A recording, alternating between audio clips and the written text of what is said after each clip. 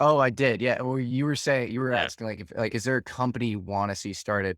I think that something around treating the body using like the electromagnetic field, and maybe this Oh, actually yeah.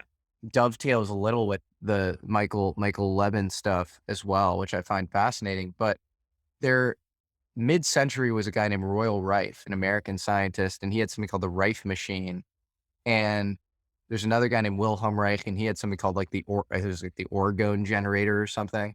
And historically, there have been sort of these devices that create electromagnetic fields.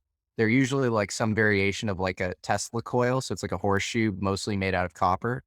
And they seem to, at least empirically, have a pretty dramatic effect on people's bodies. Like they come out, well, especially people with autoimmune diseases, specifically Lyme's disease, they come out saying they feel like way better. And then you look at something called, it's a field called cymatics, which is, it's like you can take sand and put it on a vibrational plate, and you can vibrate the plate at different frequencies, and you can see what, you can literally like dictate the shape that the sand makes or Mhm. whatever. And so, and that's not pseudoscience, like that's real. You can see that empirically. And so I think it's fascinating that modern medicine, for the most part, treats the body on a biochemical level, but physics is below biochemistry. And we have no idea what sort of frequency signatures affect the body. You can turn molecular mass into frequency. Cymatics is real. Sound affects the body for sure. Like you go to a sound bath, like that really affects the body.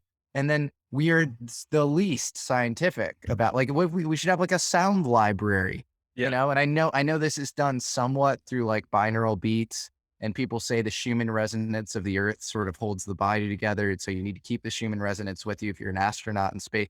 Like this just needs to be studied like way more rigorously. Yeah, So because yeah. the binaural beats are mostly for the brain, not for, like, the rest of the body. Because it's, like, the Yes. frequency of the brain. I think that's what kind of triggers it. Yeah, exactly. And then that's also because that can affect binaural beats can affect the body through a process called brain entrainment, and we have no idea how that works. And so it's like all this stuff just feels super underexplored. And the cynic in me says that it's underexplored because it's hard to monetize and it disrupts other things that are easy to make artificially scarce. Yeah, yeah. And yeah, I'll leave it at that. First, do you have any, like are there any studies of using seismatics on the body? I need to look into that. No, I don't think so. There are definitely these sort of mad scientist types who try, like, the Rife machine and stuff, and he claims he was marginalized by the American Medical Association. Again, who I don't know. Maybe he was just a quack who was sort of, Yeah. lying about that. But no, I don't think this has been rigorously studied at all. Like at the very least, we should have like a library, like pattern matching, like this sound affects this part of the body.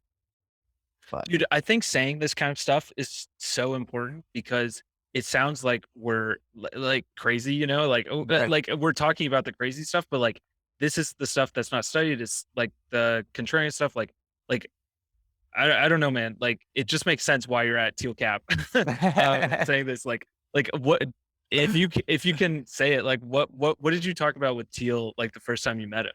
Like philosophy, or Man, if we you talked remember. about the decline of San Francisco and sort of agreed that, it wasn't headed in the right direction. I think we talked about like Tyler Cowen and Jordan Peterson. I think Jordan Peterson was like just on the come up at the time. You know what we talked about actually, which is interesting because it connects with all these sort of really out there weird ideas. So we talked about a guy named Rupert Sheldrake, who was my introduction to a very fringy field of physics called parapsychology.